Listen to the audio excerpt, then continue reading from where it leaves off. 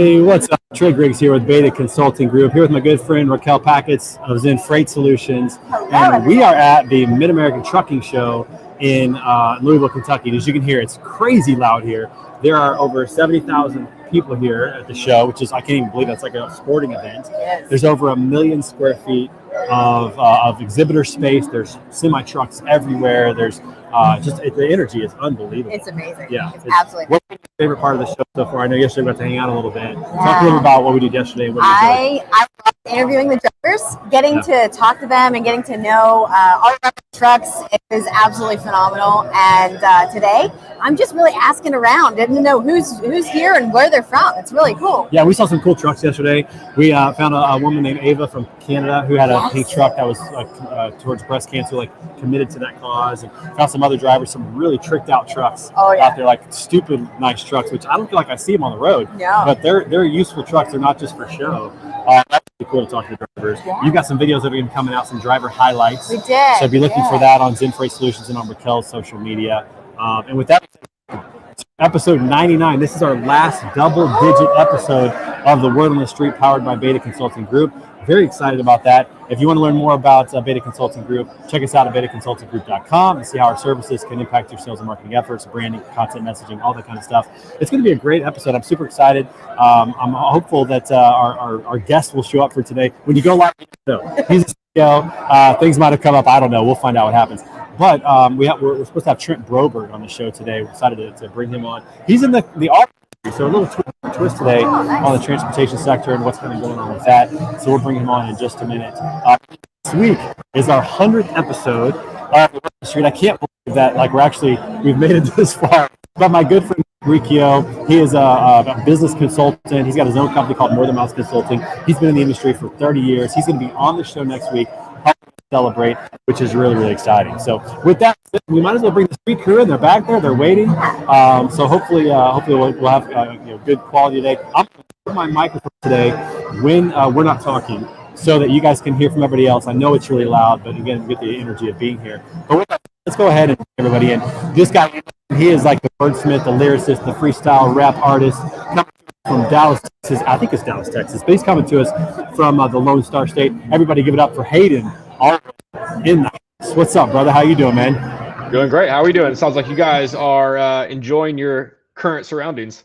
Having a good time. There's no doubt about it. No doubt about it. I wish you were here. It's one of the exciting things is to see more people shake hands, business cards, stuff like that. So hope the trade show really good. And John is here. What an idiot! He's right here. He's not an idiot. You know what I'm saying? He's right here. So you are right here. But anyways, no, it's great. All right. Next, and this guy is he's serious about the upcoming Mutter Charity Challenge, which, by the way, is coming up on April 30th, for those who are wondering. We're going to be doing a 9-mile, 30-obstacle course. You're doing that as well. So it's going to be cool. We're going to have a lot of fun with that. Hayden's going to be a part of that. We're going to be raising money for Battle Buddy 3-Gun, which is an organization that takes wounded veterans on really cool shooting drills and adventures, gives them a sense of hope and community. Very excited about that. We're going to raise $1,000, so we need everybody to contribute. This guy's so serious about today that he is running during the Word on the Street, and we're hoping people will contribute $5 or $10 if you will make a commitment in the comments to donate $5 or $10 for every mile that he runs during this episode of Word on the Street. Give it up, everybody, from Knots and Logistics, my boy, Greg Roberts. There he is. Look at him. He's running. He's going. I think he's going to be yeah, man. But what's going on? How's everything in Chicago?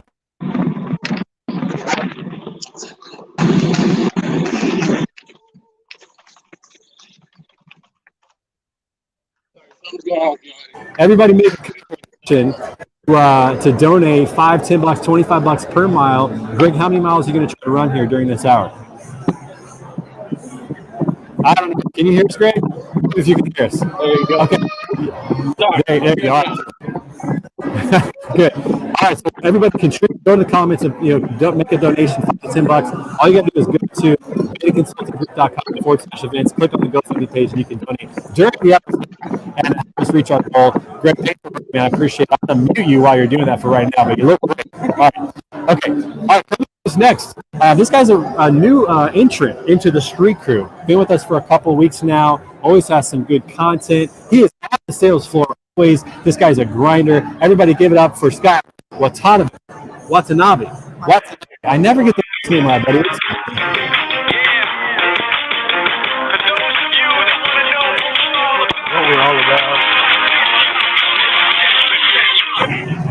What's going up? on? How we Dude, doing? hey, Watanabe. Watanabe. I think I did it right, man. But I do know you're the It's all freight good. sensei. I should think about that when I think about your last name. Yeah, just the phrase says, well, they just call me Watt, Scott Watt. I don't know. All my Army buddies call me Watt, Sergeant Watt. That's just how it was. Basic training, they call me wannabe. It's like, whatever. I've heard it all. I love it. Thanks for being on the show. Love having you on the show. All right, coming to pleasure. From Phoenix, Arizona, representing down there in the Valley of the Sun. Where our boy Chris John is, where Brent Osuga lives, who was on our show yesterday on Standing Out. So check that episode out if you didn't watch that. But this one is the host of Work Life 360, Dr. Rhonda Pensa Zimmerman. Everybody give it up for Rhonda. What's up? Come on this show. Let's see if we can get Hey, on. So everybody. Great to be here with you all.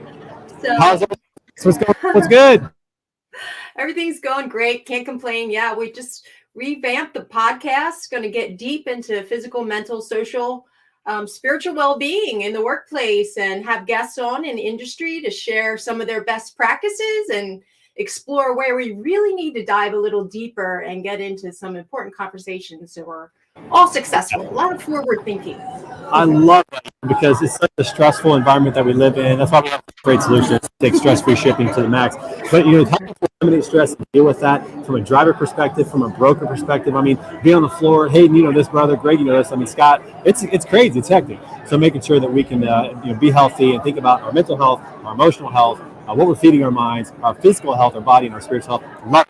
I absolutely love what you're doing, so it's very cool. All right, our special guest has showed up. We got to bring him on the show. Listen, this guy has been in the industry for a long time and been a leader in the industry, somebody that people respect to the max. I got to meet him it's probably almost a decade ago when I was at DAT. He was at Truck Stop at the time. We met long ago. This guy's helped me navigate through a lot of just challenges as you grow as a leader. He's always been a good friend and a mentor. He's now the CEO of Acertus, which is a company you may not have heard of before, but you're going to learn about it today. Everybody give a warm welcome to my man, Trent Broberg. Trent, what's up, brother? How you doing? Thanks for that intro. I appreciate it. I think it's probably been longer than a decade or so, but I'm not competitive by any stretch. You've been in the industry longer than that, but we met, I think, about 9 years ago, maybe 8, 9 years ago, back when I was at DAT, meeting at the trade shows, and you guys always look so sharp in the suits with Truck Stop. I remember that. So really glad that you're on the show, man. Hey, let's take a moment here before anybody else jumps in, and why don't you tell everybody a little bit about yourself, but also about Acertus and where it fits within the supply chain. We'd love to hear about that. Yeah, how we all doing here? I'm just I'm rooting Greg on here. He's got the workload for the bulk of us. So keep on going, man. So thanks for having me, Acertus. I've been in the industry, logistics industry. Oh, we got some jumping jacks. Been in the industry for about 20 years. All forms of logistics. Long story short, within the last year, I joined Acertus. We are a finished vehicle logistics platform. So where typically we would in the show and many of us on here would deal with the freight segment, a niche market over here that's actually pretty large is the finished vehicle market, and we are the largest logistics player in that space. So we do the middle mile, the final mile, store, title and registration, which is the most bureaucratic system there is available for customers. So you plug into our platform and we manage, move, store, title and register vehicles for you. So imagine a Carvana experience. We're picking up your car from your driveway and we're delivering it to the next consumer that purchased it. No, that's awesome. And Jessica, thanks for jumping in the show. Hello, and TGIF is right, absolutely. So Trent, talk about that. What are the companies or some of the household names that people would recognize that you guys work with? You're kind of behind the scenes doing the work. Who are some companies that you work with that people would recognize? Yeah, all the customers, anybody that's dealing with cars. So any OEM that you deal with, whether it's Ford to GM and many others out there in the space, obviously we're doing a lot of business with those, to large dealership groups that are probably on a freeway near you and probably a little more empty with vehicles than they have been historically. Fleet management companies, which in our world are people that deal not with fleets necessarily class 8s, but fleets of vehicles, think farm reps and Amazon and things like that. And then all the digital platforms out there from, Car Gurus and Car Offer and TrueCar and people like eBay Motors, any of those platforms out there, cars.com that you see, we're likely doing some business with them. Nice. And so you're doing title tag registration, you're doing transporting, There's a lot of things that go behind the scenes whenever transactions occur at a dealership or a third-party facility, which is really cool. Tell me why you were attracted to that, because I know you were at Truck Stop for a long time. You're obviously rising in the ranks there, and we're well known in the industry. What led you to Acertus? And before you answer that, for everybody who's watching, we have the links for the polls that are in the comments. Are also on LinkedIn. So make sure you're taking the polls about cars first and take the others as well. But tell us a little bit about what drew you to Acertus in particular, because I know you well enough, Trent, to know that you wouldn't go to a company unless you truly believed in it, not only what they're doing, but the organization and leadership as well. So talk a little bit about why Acertus, what led you to that. It's been about a year and a half at this point, correct? Yeah, it's been a year. Let me first off tell you how much my commitment is.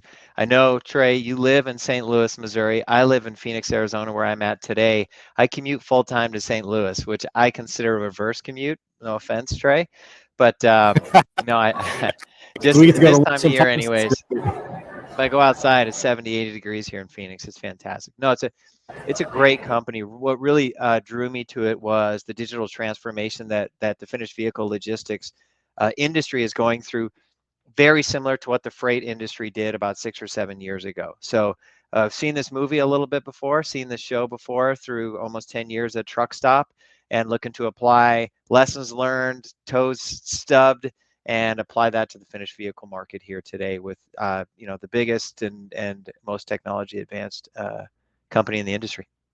Yeah, I love it. No, Acertus, you guys have great people over there. I've had a chance to meet a lot of your leadership team. One of your old Truck Stop guys is there, Paul Malone. So kind of putting the band back together, which is great. So no, that's not awesome. Just one. So there's a handful. You've recruited a few now. Okay, very good. No, that's awesome. Hey, when you know what people can do, we might as well recruit them and get them on board. We'll maybe talk a little bit more about leadership with that. So talk real quick, because I want to get Hayden and Scott and Rhonda in on this discussion a little bit. Having come from Truck Stop, where you were dealing mainly with vans, flatbeds, and reefer freight, and now moving into the auto industry, what are some of the commonalities and what are some of the existing challenges that you're seeing due to supply chain in the auto space? And then everybody else, let's pitch in and let's have a conversation about it.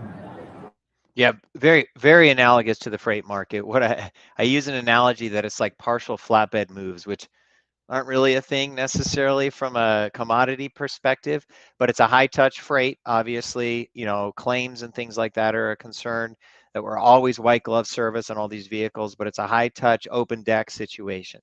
The capacity, very, very tight capacity market, very analogous to the freight market. Don't get me started on fuel surcharges and things like that, or fuel prices that are going up. Well, you probably will now that I've opened the Pandora's box, but of course you will, yeah. Generally speaking, very analogous. It's a niche market, so you have a smaller subset of carriers, really. We deal with the majority of the carriers out there today. What's interesting about this market is the complexities associated to filling the car hauler and applying the right equipment using some data science to the right need. So historically, you drive on the freeway, you see a 9-car carrier, which is the big Class 8 trucks out there. But not all jobs require 9 cars, right? Some jobs require one singular flatbed or a wedge trailer with 3 cars or 4 cars. So it's matching the right, not just a 53-footer with freight, but the right equipment type, more like flatbed, think step decks and things like that, with the right need, and then a multi-stop situation involved. So the data analytics there is a much higher requirement than you would see on the freight side. Yeah, no, that's great to know. What are we seeing overall, Scott? I'd love to hear from you a little bit, and Hayden as well. What are we seeing right now with freight volumes? We can all jump in on this a little bit. I'm hearing from Freight Waves and from I follow Craig on Twitter, Craig Fuller, Freight Alley, at Freight Alley on Twitter. I've been following him. He's been talking about how they're seeing kind of a peak potentially in freight volumes, and that's going to potentially lead to some rates coming down. It could potentially lead to some carriers maybe coming out of the market. Scott, what are you seeing in some of that in terms of the freight and what's happening right now? We're definitely seeing an increased, or maybe like increased amount of inbound call volume, right? Within the last couple months, it's always just like, okay, where's these carriers at? And I think with the leveling out of, with the leveling out of, we kind of talked about it last week, leveling out of contract rates, actually with the increased prices, and these shippers are actually accepting contracts at an increased price, that brings it less to that spot market. And so because there's less market out there, these smaller owner operators, 15 to 20 minute guys that don't have contract stuff, these guys are going to start looking for freight, and because spot volumes are down as well, that's when they're okay. We need to start actually looking instead of waiting for people to call us. And so we're going to see that. And in regards to seeing that volume increase, it's we're seeing it. We're getting loads booked out so far in advance now, even with regulars and off the spot market boards or the like the truck stops and the DATs. Yeah, I think we're starting to see that, and I've also heard of shippers that are now going back and rebidding some freight that they just did their RFPs with, because they're starting to realize, well, we can maybe do a little bit better now, which is a sign that they think that the prices are going to keep coming down. They can do a little bit better. So, well, that being said, I mean, going back, we're coming at the end of a quarter, right? And so now these shippers like, okay, well, first quarter we accepted these high rates. Now it's second quarter. Let's start going back to quarterly bids. They were wanting to do quarterly bids to save rates per quarter, but now they're like, okay, maybe we should go back and maintain quarterly rates, because the next quarter could be a lot cheaper, and we're already seeing a downtick. If you saw the episode from What's a Truck, they're using their sonar, right? Freight wave sonar, huge downfall on spot market stuff. So paying attention to that stuff. I'm also, I feel like it's pretty cyclical. Every year, February, we see a major capacity crunch and rates go through the roof. Then come March, we start to see it come back down a little bit, but you still have to remember what market you're talking about. I'm mostly flatbed market, so I don't really see a major drop in rates. Dry van, of course, as people run into contract rates and then the spot board gets a little bit more open, the rates start to come down in March. But I don't know. I'm kind of excited to see what happens as we go into April. If you're not happy about things that aren't freight, you just got to wait about 6 months and that might change. So you just never know. By the way, welcome, Ruffin. Good to see you, man. Thanks for jumping in. Yeah, sorry I'm late here. I was having some computer issues right at worries, 11 o'clock my time. You caught it because Robert Bain is out. He's doing some other stuff. Some other people are unavailable today, so you're able to get in, which is great. And by the way, in case anybody's wondering why Greg is running, he's actually putting on a challenge today. So anybody watching, if you want to donate $5 or $10 for every mile that he's going to run during this episode, which I think if he runs the whole time, it's going to be like 5 to 6 miles. So, we love that. Go to betaconsultinggroup.com/events. Click on the GoFundMe page to donate directly to Battle Buddy 3 Gun and help us reach our goal of raising $100,000 for that organization to help wounded veterans. It's going to be awesome. And Coleman, good to see you, man. Glad that you joined. So it's good to have you. For those of you that just joined, make sure you take the cars poll, because we're going to talk about that in just a minute. I did a poll today about cars coming up. In fact, I follow a guy on Twitter. I think his handle is Car Dealership Guy. He's a good follow on Twitter. Trent, if you're not familiar with him, you might want to check him out. He keeps polls happening in dealerships and what they're experiencing. He said this week that if you want to buy a new car, this is the week to trade yours in and buy a new car. It's end of quarter, but also they had some of their best weeks last week. People are starting to buy again. They're starting to get some inventory. And I don't know, Trent, are you seeing that? Are you starting to see some pickup with dealerships and vehicles being delivered, or what are you seeing from your end? Yeah, a little bit. I think obviously we all know that there's two things to look at there. Obviously, is OEM production and the wholesale market. The wholesale market is up 50%. It's the first time in history where a year-old vehicle costs more than a new one. Believe it or not, which is pretty crazy to just think about. But it's supply and demand, just like everything else. When you think about even matching freight to carriers, supply and demand. I think we've seen some OEMs coming back online. I saw that in the background there, Scott. Some OEMs come back online recently. I think there's still some challenges, particularly with the geopolitical climate. That creates additional challenges with chip manufacturing and raw materials into vehicles. Believe it or not, Ukraine is a big base of raw materials, unfortunately, for a lot of what we do. So, yeah, I don't disagree with that. I think capacity is pretty loose right now. I mean, it's definitely not loose, but it's looser than it was 2 weeks ago. So rates have come down over the last 2 weeks. The dynamic we're really looking for is the OEM production to come back online in a meaningful way. All the cars that are coming to dealerships are already pre-sold. So it is a good time to trade in for sure. But whether you can actually purchase a vehicle, that's the question. Yeah, no doubt about it. I was at my dealership probably 3 weeks ago for an oil change, and there were no cars on the showroom floor. Like literally, they just had tables set up, no cars inside. They only had 9 new cars on the lot, and they had 19 used cars. It's like they were going out of business. I couldn't believe it. It was crazy just like seeing that. And I was out in Portland last week.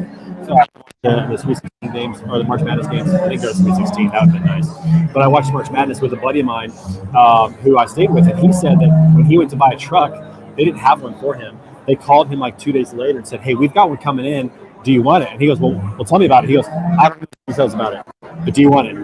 And he said yes. And so he bought the truck, not only unseen, but dealer side unseen. Like the dealer didn't even know what it was. He didn't know if it had leather, didn't know if it had AC, didn't know any power, didn't know anything about it. He was so desperate for a new car because his broke down that he just said yes. And so it's the climate right now for car dealerships is absolutely nuts. Is anybody here looking to buy a car or been to a dealership lately? And Rhonda, tell us about your experience. Oh, I haven't been yet. So before we came online, I had mentioned. Oh, so you're thinking about going. Yeah. Yeah, my husband was in an accident on Tuesday, 2005 Toyota. That's right. Camry. Yeah. They're going to surely total it. And we just spent $11,000 on a new air conditioning and heating unit. And I'm like, oh. Hopefully not in the car. It's your house, right? Not in the car. The air conditioning and heating unit was your house unit, right? That wasn't the car. So I put I got an expensive car conditioner. $11,000 on an air conditioning unit. Now we have to look at a vehicle payment. And we're well, like, hopefully give you a good amount based upon the market, and you guys are able to replace that car. But man, it's crazy. I mean, the buying experience is absolutely nuts around cars. So, but I'm actually thinking about checking it out because my wife and I are talking about getting a car. It's like, well, maybe we pull the trigger a little early. I don't know if the market's good. You might want to do that. So we were able to trade in our daughter's Hyundai and make enough on it so we weren't under. So we got the Jeep Grand Cherokee instead. That's crazy. That's crazy right now. So it's awesome. I mean, this has been around for even a year. So I got a truck this time almost exactly a year ago. And it was the exact same thing where went to a dealership, they didn't have any inventory, and they said, "Hey, here's a truck that you can get, but you're looking probably 8 or 9 weeks out." And I'm like, okay, that's fine. But even as I was talking with them, they said as soon as I drove it off the lot, if I wanted to go out and sell it as a private party, I probably could make $5,000 to $6,000 off of it just from taking it from a dealership. It was absolutely insane. That's and I crazy. haven't seen it slow down at all. And that is so opposite of what's usually the case. If you drive a car off a lot, like you're just giving them $2,000 or $3,000 or whatever, like you just give them away, and then you can actually make money. It's like I'm sure there are people that might be taking advantage of that as much as possible, buying cars, selling them. But I think in some states you can only do that 5 times before you get deemed as a dealer. So be careful if you're thinking about doing that out there. So let's talk about the poll real quick. So I did a poll about cars just to kind of get us thinking about that. So I'm going to go ahead and add that to the stream. We're going to take a look at it. First question. When you buy a car, what is your preference? You want to buy it new, want to buy it used, with some time off. Looks like the majority of you want to buy it used with less than 50,000 miles on it. That's kind of where I've settled as well. But that might change with situations now. You might want to go ahead and buy a new car as opposed to used. But historically, I've always liked to buy it with So here's what I learned. When I was growing up, I couldn't afford a new car, so I had to buy used. I'd buy a used car that was driven by a woman that had somewhere between 50 and 100,000 miles on it. And I had so much success with that. That was my formula. I kind of figured out. But now to only about under 50,000, close to 25,000 would be nice. It's been worn in a little bit, but the seats are still nice. It still has that smell to it. So that's my preference. Hey, what about you, man? Have you bought a car recently? When's the last time you bought a car?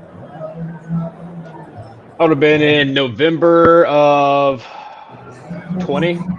We had just had our third baby girl, and I was in a Lexus trying to do the whole sales guy thing when we were out. This is back when we were still hitting door to door. And that's where I spent most of my time.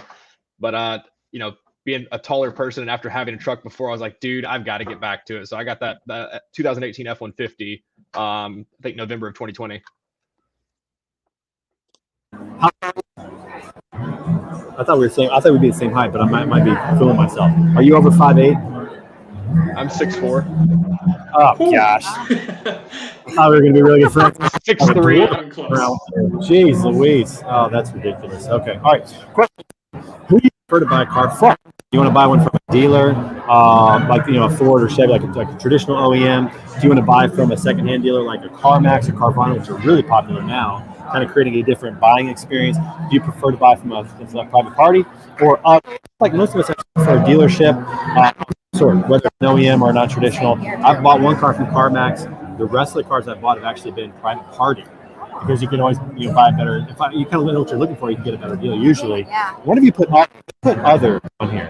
Who did that?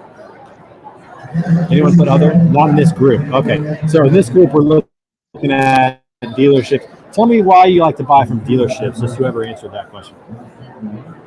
I can take this one from you, Greg. I know you got a lot on your plates. I personally said private party, but what I've learned a little bit more and more is going through a dealership, you kind of have that peace of mind. If it's one of those reputable dealerships of, okay, they've done a decent job of keeping up with the car. The one downside of a private party is usually, and I'm by no means a mechanic, so you have to have a mechanic that you pretty much trust. You can take the car to them, make sure that everything is running smoothly. But I feel like you get that peace of mind from a dealership, even though you're probably paying slightly more than what the market would be dictating, I would guess. Yeah, I think that's fair. I mean, there's that kind of like little slight peace of mind that you get, or that there's somebody you can take it back to if there's a problem, potentially. Or if you buy a party, you better do your work on the front end and make sure that it's good. So I chose dealership for the similar reasons. I was fortunate. I worked in the car industry for a little bit before I decided that wasn't what I wanted to do. But because of that, when my role at Worldwide Express, we were partnered with UPS. Car dealerships were like a target for me because they almost always use FedEx, and there was never, it was an easy deal to go in and provide a lot of value, saving money for a fixed, for an operating expense they had to have to get titles sent to the underwriters overnight. So creating a network of all those different dealerships and learning and really getting to know those people, I can kind of just rely on one of them, when I'm in the market. Yeah, and I'm curious. Oh, so go ahead, Rhonda. Sorry about that. I will say I did purchase a vehicle once on eBay. So I was taking a chance and I was a little nervous because it was being shipped from Florida to Georgia where I was living at the time. But I have to echo off what Hayden said in Coleman. There is some peace of mind with purchasing through a dealership that, oh crap, if something happens, you can go back to them little piece of it's an interesting to this point, an interesting phenomenon. People like Acertus or others out there, obviously you mentioned, right, you purchased it on eBay. eBay's got an escrow account now to add some security or risk mitigation from your perspective. But what's interesting now is there's transportation companies out there that are integrated now that you don't have to search in your own geographic region, your city any longer. When you go onto these digital marketplaces, 150-mile radius, just get rid of the radius because you can purchase across, if you're an F-150, I've got an F-150 too. I live here in Arizona. Go buy an F-150 in an eastern state or somewhere where they're not in demand. And the arbitrage you get is a lot more than even the shipping cost to get it to your house. So that's a little hidden secret that I've seen out here is you expand your reach and you just use a reputable transportation company to get it to where it needs to go. Yeah, I love that. I mean, there's so many things like really becoming global, right? The marketplace has become global. Purchasing products has become global. You really don't have to have right in your location. The only thing I've ever bought without sight unseen was our RV because it was kind of high demand and we just we knew what we wanted. We knew the model, but we didn't actually see our RV until we got to the lot. We're like, okay, I hope they did it right. I hope they built this one well, but I haven't ever done that before. So that's definitely risky, Rhonda, to buy something on. I do that. I don't know. I like to see whatever I can. I might drive it. Because with Amazon, you buy stuff now, you don't even think about it. Like I'll buy a pair of pants or a pair of shoes now, and I don't have to try them on anymore. Where we used to have to go and try these, and now we don't like them, we just send them back. So reverse logistics is loving us now because of all that. No doubt about it. All right, question on there was, how many new cars have you bought in your lifetime? And it looks like 3 of us have never bought a new car. I'm one of those. I've never bought a brand new car. Second one, 2 of you bought more than 10 new cars. Well, good for you. I don't know who that is, but congratulations, whoever that is. The big spenders in the group, whatever. Trent, is that you? Is that about Guilty. 2 years? Guilty. Is that you? I mistakenly picked that. I didn't read the word new. I glossed over that. Nice. Trent, what's your philosophy when it comes to cars? Are you like the every 2 years you're just upgrading, or what's kind of led to that for you? What's your philosophy? I try to keep things within dealer warranty, so within OEM warranty. So every couple of years, I used to be commuting heavy. Now I commute on a plane, so things might change a little bit, but I used to just keep it in the OEM, the dealer's service, so I can just bring it into them, and then it's peace of mind. Yeah, if there's ever a problem, you kind of mitigate that risk. It's a lot easier to do as long as it's within warranty. So, apologies, but is this a Great Dane? Yes. Good night.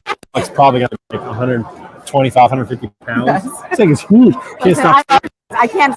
Yeah, he's It's- like, he might breaking. come here Can't help it. for Go some hug it tackle real us. He might bad. tackle. I'm not sure what he's going to do. We'll see what happens. You know, when you go to these shows, but I was not expecting to see this thing is literally like this is up to about right here on me. Yeah. Again, I'm not hating, I'm not talking, but still, it's a pretty good sized dog. So pretty wild.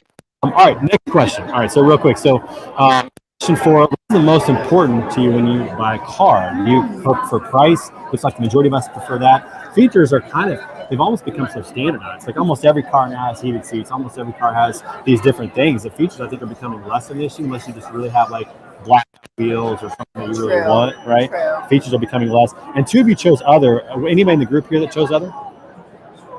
Anyone put other on feature? What was that, Hayden? Just the overall balance between like price, the value, loan to value ratio of the thing. Can I look for it to flip it? Is it going to maintain its, is it going to depreciate slower? It really comes down to like practicality at this point in my life. I'm willing to give up certain features if I find the right price. Like I don't care for navigation. My phone has that. Like that's a ridiculous feature to buy. Exactly. For a $6,000 increase, that's preposterous. Yeah, So exactly. I look for that. It's a give and take. Yeah, Jay, you know what's I mean, another interesting trend? Yeah, go ahead. Another interesting trend related to that is feature set. You take what you can get right now. So there are many OEMs out there you can read in the public media, not telling you anything proprietary here, that are shipping cars less than. So they'll ship cars without certain features. Some of them have vouchers. You can go back and get a chip later to make your heated seats work. Some of them are just no longer producing air-conditioned seats, heaters, and things like that. So there's a lot of creativity happening in the space out of necessity in the supply chain. That's really interesting. I heard about that because they just, because of the chip shortage, Right. they just can't have those features. But it's interesting that like they're really not in a position to even like care. Like they can't even really care if they want to get the car out there. They just have to. I do like the idea of the voucher. To me, that shows that they at least care about something that they know their customers want that they can come back and get later. But it's interesting, kind of the area. Whenever the supply is short and the demand is high, manufacturers can kind of dictate, what the decisions are. It's almost like Apple when they took away the jack, the headphone jack, and said, "Now we're just going to do the Bluetooth feature," and everybody kind of like, "What?" But now, of course, nobody plugs into a phone anymore. No. So they kind of had because there was such demand, they knew people would buy the product. They just made the change, but this is more of a supply chain necessity than anything else. I'd be really curious to see what the ratio of people that take that offer for a voucher just end up not going back because of just natural consumer behavior. We're instant gratification. We want it. Once we have it, it's like, am I really going to go drop my car back off for this one feature? I'll be like, no, I've probably figured out something to supplement it in the meantime. So I'd be curious to see what those numbers reflect. Yeah, that'd be a good point. It sounds like you got one that wants your attention. I love it. When you go live, it's going to happen. That's the way it works. All right. Last question on this poll. I love the conversation. They've been really good. So last question is, how often do you replace your cars? Every 2 to 3 years, 2 of you are there. Every 4 to 6 years, that's 4 of you. More than 6 years is 1. So so historically, we've been the kind that where whenever we buy a car, we drive it until it kind of dies. I don't know if we're going to keep doing that. I've got a 14-year-old who's going to be 16 soon, so she's going to get that car. But historically, we've just driven them until they die, and then we replace them. But I'm kind of being swayed by Trent's argument. Keeping it under warranty definitely mitigates a lot of risk. So who knows? That may become the. I'll chime in here. I bought a brand new Jeep back in 2014, and I just found that it really didn't bring the benefit to me. I prefer to buy used and just continue to keep it nice.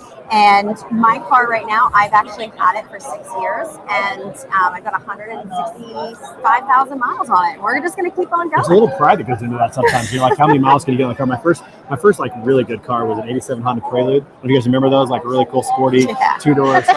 And I bought this thing with 130,000 miles on it. My mom was like, "Oh my gosh, what are you doing?" I'm like, "This is just broken in. Like this thing's ready to go." I drove that thing to 230,000 miles on it. My mom ended up loving the car, but there's kind of always a pride factor in that. But maybe that needs to wane a little bit. Maybe that's not so important. Maybe keeping it under warranty is going to become a little bit more important. I don't know. As a follow-up question to this, and maybe this is more geared towards Trent with some of the stuff that you were saying, but do you have a preference between leasing and buying? Because I mean, at least it sounds like at that point, if you're buying a car and then, after 2 years upgrading, do you see a big difference between the leasing and buying side of things? That's a good question. I get that a lot. Let me caveat this first. If you leased a car 3 years ago, you're in a great position right now. You buy that thing out and you sell it, right? Because the residual value on that lease you're in the money. You're Yeah. significantly in the money. So wholesale, these OEM wholesales have dropped their lease tradebacks, basically have dropped like 90% because consumers are doing this, which is obviously continuing to flood the remarketing used car channels. It's different for everybody. It depends on how much you're trading in, how much liquidity you have, what you want to do. I don't know. It really just depends on the situation. I've done both. I prefer to buy rather than lease personally, because I just don't know if I'm going to trade it in. I think maybe I've got a nervous tick where I have to trade it in eventually, but the financial decision typically, it depends on who you talk to and what Dave Ramsey or some other financier that says lease everything. So it just really depends. I don't have a really good answer for you there. Well, that's actually perfect for me, because next time this happens, I'm going to reach out to you and see what you say, because I was always a huge fan of buying cars. And for this truck, I'm actually leasing it because I read a couple of things and a bunch of people pushed me towards it. So I'm trying out both of them, but I always love talking about the differences and seeing where people lay. Yeah. Coleman, that's gonna be interesting because I've never leased a car. Have you ever leased a car? I've not. I drive over 30,000 miles a year. I could, because I work from home. Yeah. I drive maybe 4,000 a year. Literally, I don't drive much. This trip was 4-hour trip. It's the longest trip I'll take all year. Wow. Right here, and in my car. RV, that's different from my car for sure. So I could probably lease. So Coleman, you're gonna have to let me know how that goes and see if it really works out. Yeah, I'll report back. I love it. Okay, so let's here's that was we talked. It's about cars. I love it. This is so insightful. And Trent, thank you so much for your insight and your perspective on the market, which is awesome. But let's talk a little bit. Of course, got to talk about sports. It's March Madness. I don't know if you guys know, but last night 2 number ones went down. So Gonzaga lost to. I'm pretty sure that destroyed everyone's bracket. I had them winning, so I'm done. I can't even beat my daughters now. They're going to beat me in the bracket challenge. I'm done with that for the 5th straight year in a row. So that's how that goes. We also saw it go down, but it came through. I was very excited to see that. So go ahead and take the poll about brackets. Get a little feedback on your take on that. Have you guys been following the games? What's been your have you been tracking all this? Have you been filling out a bracket, going through it? How's the tournament been so far from you guys? All my brackets are screwed except for the one that I have with Duke, but I didn't like 5 or 6, right? Yeah, all of them are done. That's actually pretty wise that you changed the winner each of them, because I was kind of like, oh, Coleman, just put your bracket in all of them, right? But you changed it, so at least you're still in on one. I really hope that Duke pulls it out. But tell me about your perspective so far. What have you thought of the tournament? I thought it's been amazing, and I was actually talking with a colleague about this who follows college basketball pretty religiously, and his bracket is actually really good because he understood how COVID affected some of the recruiting efforts for a lot of these colleges. And what you see now is that there's a lot more talent that's spread out throughout all of the colleges, making for a more competitive tournament. I mean, there's always going to be some upsets, but I feel like this tournament has definitely been one of recent memory where you're seeing a lot of these kind of lower level or lower ranking teams having some really competitive games. So at least from my end, I've absolutely loved it. Every single game has really been fun to watch, and there's always some close contentions there. But it's interesting to see that the diversity of talent, if you will, spread out throughout the league this year. Yeah, today we got St. Pete's, who is going today. If you're not on St. Pete's bandwagon yet, I don't know what you've been doing. I mean, these guys are 15 seed. There's only the third team ever to make it to the Sweet 16. I'd like to see them go as far as possible, so we'll kind of see how it goes. So take a few moments to fill out that bracket. For those of you that are watching online, if you're wondering why Greg Roberts is running, I think he's probably in the mile 3 or 4 at this point. He's been steadfast the whole time. Basically, he's doing it to challenge everybody. Love it. But challenge everybody to help us raise money for Battle Buddy 3 Gun. So if you go to betaconsultinggroup.com/events and click on the GoFundMe link, you can donate directly to Battle Buddy 3 Gun, an organization that helps wounded veterans, specifically paralyzed veterans, to go on these really great adventures. We're going to raise $100,000 for him in the next 30 days. So we got a big push ahead. But he wants people to donate $5, $10, $25 per mile that he does during the show. He's probably going to do 5 or 6 miles before we call this thing. And so we'd love to see you guys help out with that. Also, he's got a great shirt on. He does. Look at that. The goodies. Come on. Never say die. The next one is I am currently at just under 4.5 miles. So not sure if I'll keep up this pace, but please, $5, $10 a mile. I'll give the update at the end. Please help us out. That's so awesome. And that tells you the kind of shape that he's in, that he's been running 4 miles and he just jumped on and talked, and it didn't sound like he was that out of breath. He's okay. So I think Greg's going to be definitely dominating our team moving forward on the challenge. And also, for those of you who are watching, be sure to subscribe, comment, like, follow us, follow me on LinkedIn. So every time we go live, you see that. Subscribe to YouTube so you get the show if you miss it. We definitely want to grow the audience because we got great people like Trent coming on board and the street crew with awesome content every week. So very excited about that. All right, let's talk a little bit about the responses that we have so far about March Madness. So first of all, let me pull this up. So the first question is, how many Final Four teams do you have left in your bracket after last night, especially with 2 number ones going down? And I think there's only 1 number one that's left on the tournament so far, and they play tonight. So it looks like one of you has 0. That's me, actually. I have 0 4 teams left. As of today, I can win 1 more game. I can only win 4 more points, and I'm done for my entire bracket. It's so bad this year. But I have to blame it on CBS Sports because this year I didn't have time. I clicked the random historical. I didn't even click. I didn't pick my own teams. I just hit the autofill random historical. I didn't have time. So it's CBS Sports' fault that I had a bad bracket. I'm blaming on that this year. So it's just the way it goes. Let's see. One of you didn't fill out a bracket. One of you still has 2. Who has 2 teams left? Anybody on the call have 2 teams left? Wait, 2 number 1 teams? Isn't there only 1 number 1 team left in the whole thing? 2 Final Four teams. 2 Final Four teams. Oh, yeah. Yeah, is that you? Okay, yeah. That's the way it works. It's been rough tournament, but I like it when there are upsets because to me that's just more excitement, but it definitely messes your bracket up. And that's also why I don't bet on these things, because why would I put money on something I have no control over? So I don't do that. But I know it makes it more fun for some people for sure. Trent, do you ever put money on games? Are you a bettor of basketball games? On occasion. Yeah? I'm not a big bettor, just generally. Maybe if I'm in Vegas for a conference or something like that, I might stop by the sports book on accident. I love it. Yeah, I'm not either. It's like if I have to bet on golf because I think it's my fault if I lose that. But bet on these games, college kids, somebody could break an ankle. You never know. Here's what I find: we're in transportation. It's kind of a bet, just doing that. Yeah, so I don't really bet is. on anything. You're absolutely right about that. Yeah, that's right. Okay, Justin Shepard, welcome to the show, man. Good to have you on board today. How's everything? Doing well. Glad I could jump on here towards the end. Beautiful, man. How's everything in Alabama? Right now it's nice. We've had some pretty torrential rainstorms this week, but right now it's kind of sunny and warm. I'll take it. Yeah, I heard this week that a tornado actually went through New Orleans, which is crazy. They get a lot of hurricanes, but actually a tornado, which I'm not used to. So I know Alabama's pretty close. You guys didn't have any of that this week? No, we didn't get the tornadoes. I don't think anything was confirmed to touchdown. We just had some really high winds, several inches of rain. Yeah, we're good. We'll stay safe, that's for sure.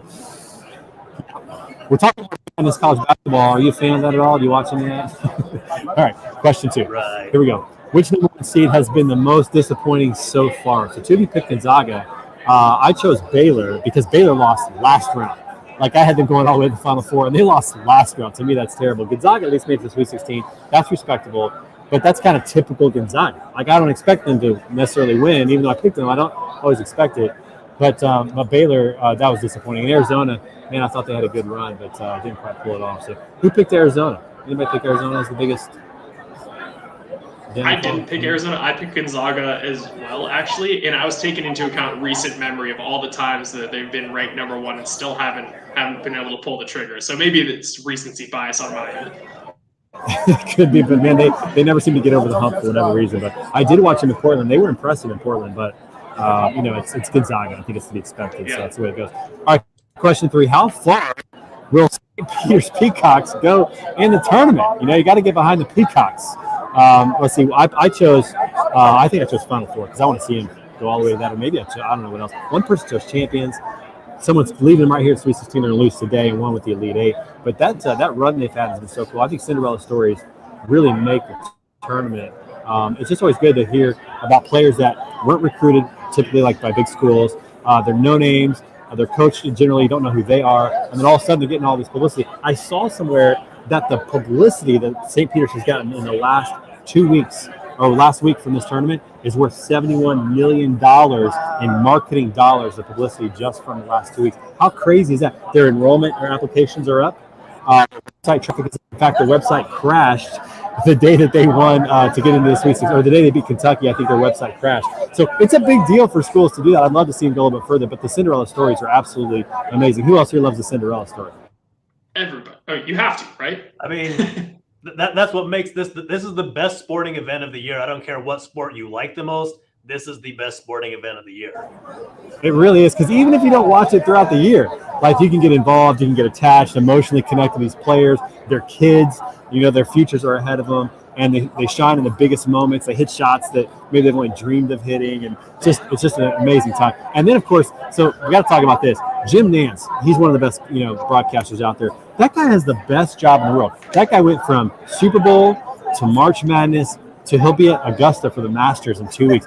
How do you get that job? Like, that's just stupid good, the lineup he has. He's got the best life possible in spring. There's no doubt about that. It's just crazy good. But I think that St. Peter's makes it at least one more round. I'd love to see them get to the Final Four. If they get to the Final Four, that's the story, obviously. And with all these number ones falling out, you just never know. They get hot, you just never know. I think the highest ranked seed to ever win, maybe somebody check me on this because Greg can't do it, or maybe he knows. And he's on mile 5, by the way, everybody. He's up to 5 miles. But I think the highest seed to win is an 8 seed. It is an 8 seed. Yeah. Thank you for looking that up. I appreciate that. So it'll be great to see a 15 go a little further and see what happens. Okay, question. Have you bet on any of the games this year? 2 of you yes, 2 of you no. You poor saps. Keep betting on these things you have no control over. I don't know what to tell you about that. It's just unfortunate. And then last question. How much have you won or lost on games this year if you're betting? So those that are betting, one lost, moderate value, under 250, and one under 250. It's always crazy, some of those swings. There's some people that I know, they'll bet, $500 on a game, or they'll try to, they'll do crazy odds where they win $1,500. Robert Bain is in that vein. That guy would do that for sure. He finds those good picks and does that. Keeps it interesting, right? Yeah. One of my buddies did that. One of my buddies did that the other day. He actually ended up winning like $8,500 on a $20 bet. And I was like, then I started getting that itch too. But that was a very kind of out there thing that happened. That sounds like a fool's errand right there. literally. Yeah, now we're just chasing it the whole time. How many times do you lose to get that payoff, right? Like, how many times do you play that bet to get that payoff? But it is an epic story. Imagine if you're, at an event and you're talking like networking, to be able to share that story about, dude, I won $8,500 or something like that on a bet. Those guys that do parlays at the beginning of baseball season that can, win like $100,000 if the Royals win the World Series or something like that.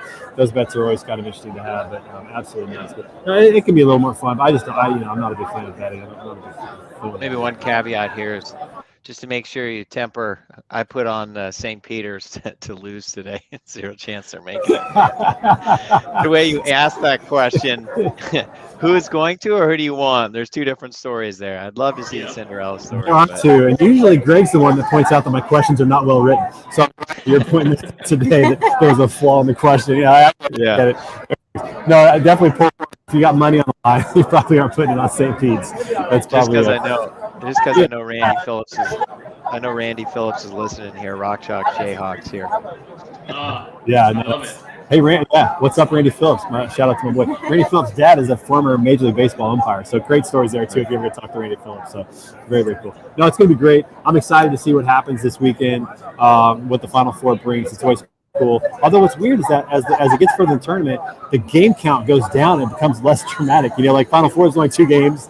Championship game is only 1 game. I think one thing that's fun about March Madness is that like last weekend there were 8 games a day, and this weekend there's 4 games or 2 games coming up. It's very, very exciting to see a lot of games and what's going on. So I'm always sad to see it kind of come to an end, but it's pretty exciting to see it as well. So I'll tell you what would be cool. Are we going to do our version of One Shining Moment at some time, during April? We might have to. Maybe I'll get some blooper reels or something and put that to One Shining Moment. Maybe that'll be what we come up with. So I don't know. We'll have to figure that out. So, all right. We're going to transition real quick. Last week, we were not able to do This Week in Pictures, which is always fun to do. So this week, we got a 2-week version of This Week in Pictures. And so I'm going to go ahead and pull this up. We're going to talk about a lot of things have happened. A lot of craziness in the world is going on. So let me pull this up real quick. I always love this. And by the way, if you're watching the show, you want to get into This Week in Pictures, send it to me. Either send it to info@betaconsultinggroup.com, and we'll put it in This Week in Pictures, or just DM me on LinkedIn, and we'll get that all figured out. But it's always fun to see what's going on personally among the street crew and what's out there in the industry, some fun things going on, as well as some things in the news pretty wacky. We're going to talk about a little bit of that today. So let me go ahead and just kind of go through this real quick. And we'll kind of enjoy this. Trent, this is one of the moments you probably weren't expecting, but we do this every week and kind of throw some pictures up and have a little fun with it. So let me go back to some personal things that have happened lately in my life. So first of all, 2 weeks ago, I went to a men's conference in Columbia, Missouri. Had the chance to meet Casey Wolf, who is the mascot for the Kansas City Chiefs. His name is Dan Mears. He's in his 32nd season as the mascot for the Kansas City Chiefs. The team's only been in existence for 50 years. He's been the mascot for 32 seasons, and he goes around and he does a lot of speaking engagements. He's a motivational speaker. He's very good. He does a lot of mission work. He goes to countries and helps put in wells and other things to help people in third world countries that just don't have a lot. So really cool. And at the same conference, I got to see Tim Tebow speak, and that was a big dude. I mean, that's a big dude. You always know that Tim Tebow is big, but he was on the football field. He kind of looks like the rest of them. But that dude is huge. I could not believe. He doesn't look like a quarterback. I don't know if anybody's ever seen him in person, but he definitely does not look like a quarterback. I was going to say, that picture is pretty far away, and he still looks massive. Yeah, it's true. I was actually in the third row, so I was relatively close, but I had to zoom in a little bit. But I was probably 25, 30 feet away from him. But, man, just like you can tell the guy still works out. I would not want to go up against that guy in really any competition. Just really impressive. You would not want to be between him and Bane in an argument? No, I would actually get out of the way and get some popcorn. See what goes down, something like that. That's for sure. Pretty cool to see that. And then this was for last week. We missed it. I really want to show this picture. Robert actually sent this picture to me last week. That's his mom. How it's going 40 years ago, and just a really cool picture. So happy belated birthday to Robert Bain. Although it's your birthday month, so enjoy that for the rest of the month. Yes, happy birthday. Which is pretty exciting. Also, I know a couple weeks ago I told you guys that I made a little girl cry. That was true. I did. So last week I made a girl smile. So this is Maddie Montgomery. She is one of the girls of a family that's in a small group. So they come to our house. We have Sunday nights. We have Bible study. But she loves coming to the house. And she hopped up on my lap at a restaurant we were at and said, I want to take a picture. So we did. And so I don't make all the kids cry, everybody. I do make some of them smile from time to time. So this is evidence that that's in place, which is good. And then this is big for me. You guys might not know what this is. Does anybody know what this is? Anyone? Anyone know what this is? These are tickets to this year's Indy 500. They always come in a blue envelope, so you know when they arrive, and that's the tickets. They always put the previous year's winner. So this is last year's winner, Emilio Castroneves. He won. It's his fourth time, so he joined the 4-win club. There's only 4 men in history that have won the Minneapolis 500 4 times. He's one of them. And so I got my tickets. Super excited. Taking the family this year. First time for my wife. First time for my oldest daughter Hannah. Naomi is all into it, so it's going to be a great time. But very excited about getting. Last year too, didn't you? Oh, I go every year. Yes, absolutely. And I couldn't make a picture of this, but the package also arrived with my car so my mom every year for my birthday gets me a die-cast 1:16 ratio car of last year's winner. So it showed up, but I can't open it until tomorrow because tomorrow's my birthday, so I can't open it until tomorrow. So I got that car. So I have the car on my bookshelf to show off. Very excited about that. I didn't know tomorrow's your birthday. Tomorrow. Well, happy birthday. Thank you. The big 44. We kind of stopped counting at this point, right? I mean, I'm 40 plus. You kind of stop counting after that. And so, it's kind of how it goes. And thank you to Trent who came and had to go, but I really enjoyed having him on. But yeah, tomorrow's my birthday. So it's going to be great. What are you doing for your birthday, Trey? You doing anything fun? Well, I have to leave here early because my daughters were like, you're not going to be gone on your birthday, right? And I'm like, well, no, of course not. So I have to leave early, but they've already got breakfast planned. I think we're going to go play some golf. And then my wife booked Topgolf tomorrow night for dinner. So we're going to go play Topgolf and watch some games and stuff like that. So it'll be a fun for sure. Hopefully we get some good weather. But yeah, it'll be good. 6 miles. That a baby. 6 miles. So everyone who's watching this, whether it's on demand or right now, go and donate whatever you want to donate per mile. Greg did 6 miles today.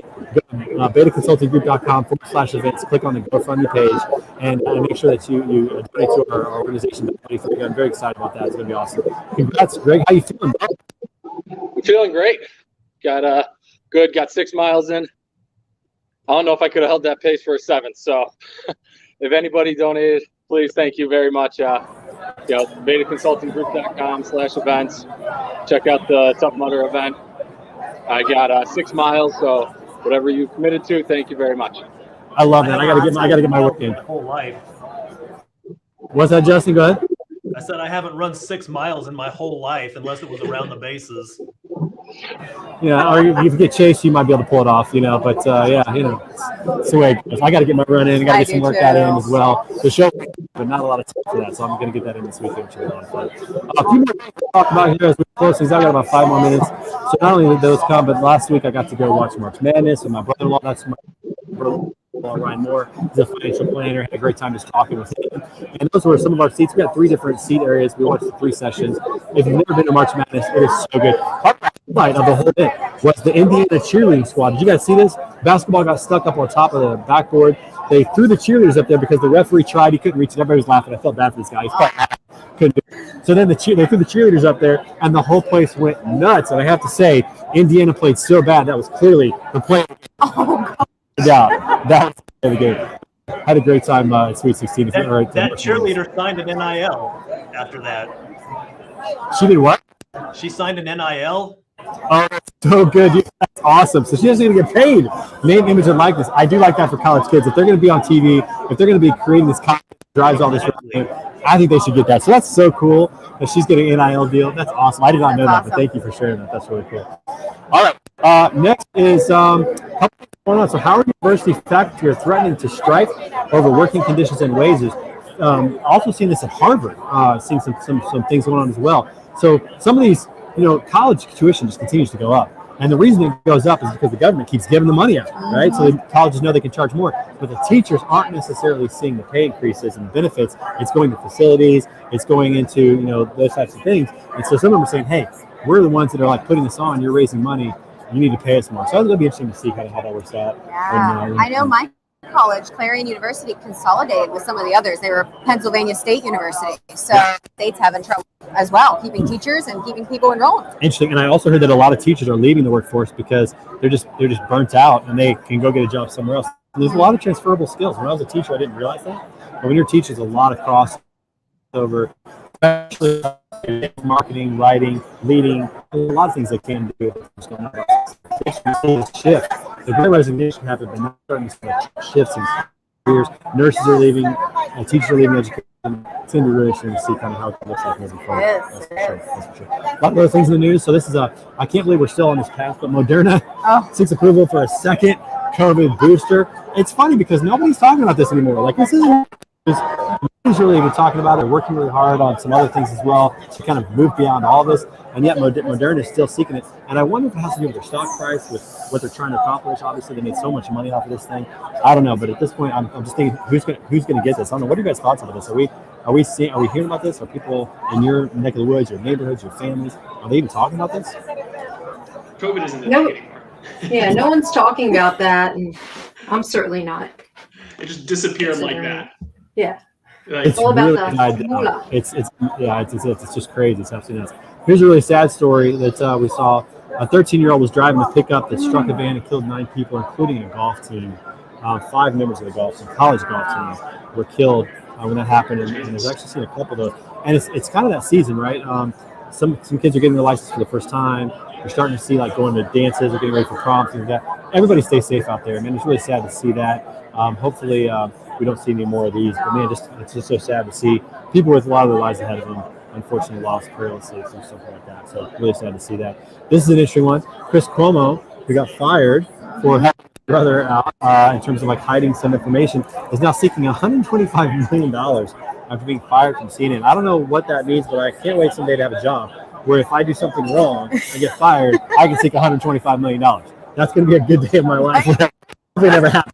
But I can't imagine, like you're saying, oh, you wrongfully fired me after I did something wrong. I'm gonna go after $125 million. But pretty crazy, different world that he lives in and we live in for sure. And of course we got St. Pete's trip to Sweet 16. I think I told you guys about that. We're $71 million in marketing that's been generated just from their trip to the Final Four. So of course I love this. This is like a nice meme about what's going on in the Sweet 16 right now. The Peacocks are coming for you, so you better run. We'll see what happens. I hope they pull off the win. And then a couple more finished off. This is interesting. The airlines are now calling on government to end the mask mandate because it doesn't make sense, right? Everywhere else, we're here at this show. Nobody's wearing a mask, but then when you go to the airport to get home, you got to wear a mask to go in the airport and to get on a plane, which has the best ventilating system. I don't know how long this is going to be. What do you guys think? How long is it going to be until the mask mandate is lifted from the airlines? What's our guess? it's pretty counterintuitive, right? it's insane with that. I think it's here before by the end of the year. for sure. Yeah, I think definitely before Memorial Day because that's when people are going to start traveling a little bit more. But it's a nuisance now because you literally go anywhere you want and you don't have to deal with it. But you go to an airport and for some reason that's like the dangerous place to go. There's no consistency. I think it's time for them to drop it. We'll see to actually follow through and do that. So we'll go. And then we've got two more things to talk about. I don't know if you guys saw this or not, but Thomas, who's a transgender woman, college athlete, dominated the NCAA championships. And this picture is amazing. So here's what's happening right now in our industry, our culture. So you have this happen where, look at the, I mean, I don't know if you guys can see or not. Let me see if I can blow this up. No, I can't. But third place, like she knows this is not right. This is just crazy. These people are working hard to achieve, and then it's just taken away from them. And it's a really complex issue right now around this conversation. And then yesterday, I don't know if you guys saw this, but the judge who's up for Supreme Court, I think it's Judge Harris. I can't remember. I apologize if that's the case. But was asked to define what a woman is. Can you give a definition for a woman? And she said, I cannot. And so, like, this is where we're at in our culture. This is very interesting, very fascinating. Right. Well, I'm not a meteorologist, but I can recognize snow and rain, right? I mean, like, it's such a cop-out to say that. And if we're in a place where we literally can't, I mean, you go to a dictionary, there's a definition, right? If you talk to a doctor, there's a definition. And we all live by that definition. And words mean something. And we're in a place in culture right now where they're changing definitions of words and terms. And it's like, I just wonder how far this is going to go. It's really confusing. It's confusing for the youth. It's confusing to Oh, me. my gosh. I mean, I don't Right. understand. Can you decide one day what you want to be considered? Right. Or for kids, like, how can you say, that we can't define? You can't define what a man and a woman is. So really interesting what's going on with that. We'll see what happens with that. And then we're going to end with this today, or that, actually end with that. That's kind of the last part. So we'll stop with that. But hey, it's been a great show, episode 99, our last double-digit episode. Next week is episode 100. I don't know. We got to try to come up with some announcements. I figure something else. Or maybe let's be a regular show. Don't know about that. But thank you to everybody for the show. Thanks to Trent Broberg from Acertus for coming on and talking to us about the auto dealership industry and how it impacts freight. And for everybody else, have a wonderful weekend. We'll see you next week from St. Louis, episode 100 with Mike Riccio right here on Word on the Street, powered by Beta Consulting Group. Happy Friday. See you all. Good job, Happy birthday, Greg. Trey. Way to go. It's your birthday. Bye-bye.